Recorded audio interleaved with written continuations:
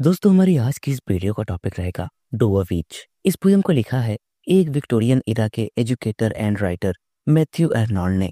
दोस्तों इस पोयम को पहली बार पब्लिश करवाया गया था 1867 में न्यू पोयम्स नाम के एक कलेक्शन में। दोस्तों ये पोयम आस्था के संकट को व्यक्त करती है, जिसमें हमारा नरेटर ईसाई धर्म की घटती प्रतिष्ठा को स्वीकार करता है।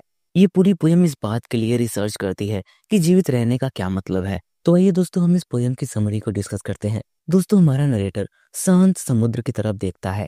दोस्तों वो पानी के अंदर टाइड यानी कि ज्वार और मून के शैडो को देखता है।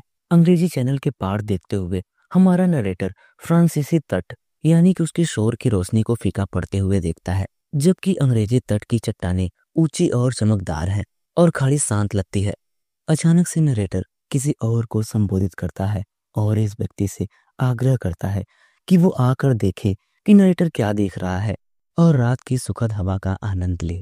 नरेटर को लगता है कि कुछ ठीक नहीं है और वह उस जगह पर छींटे का वर्णन करता है जहां पर पानी भूमि और चांदनी से मिलता है। हमारा नरेटर दूसरे व्यक्ति को कंकड़ की आवाज सुनने का निर्देश देता है, क्योंकि लहरें उन्हें आगे पीछे समुद्र तट पर ऊपर और नीचे ले जाती हैं।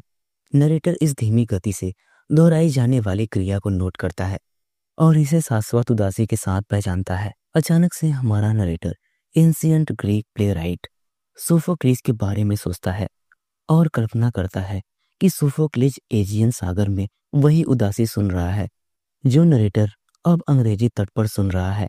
नरेटर के मन में सोफोक्लिस लहरों की उदास आवाज की तुलना मानवता के सामान्य दुख से करता है जो लहरों की तरह चलती है। फिर नरेटर एक और विचार को नोटिस करता है जो समुद्र की आवाज के साथ आती है।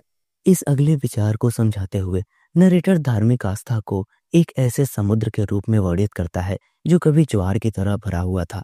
उस समय यह एक करधनी की तरह पृथ्वी के चारों ओर फैला हुआ था। हालांकि अब वक्ता केवल उस समुद्र की उदास वापसी सुनता है। जैसे जैसे आस्था का सागर छोटा होता जाता है, वक्ता कहता है यह वायुमंडल में गायब हो जाता है और दुनिया के किनारों को नंगा छोड़ देता है।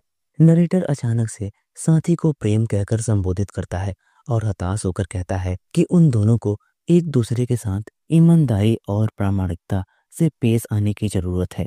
ऐसा इसलिए है क्योंकि दुनिया, हालांकि इसमें विविधता, सुंदरता और नवीनता की स्वप्न जैसी गुणवत्ता है, वास्तव में खुशी, प्रेम या स्पष्टता प्रदान नहीं करती है। हमारे नरेटर का यह दावा है कि यह निश्चितता, शांति या दर्द से राहत प्रदान नहीं कर सकती। फिर नरेटर उसकी सामूहिक स्थिति की तुलना एक सपाट और अंधेरे भूमि के टुकड़े पर खड़े होने से करता है जो लड़ाई की अराजकता में फंस गया है। यहाँ अंधेरे की आड़ में अनजान समूहों के बीच लड़ाई जारी है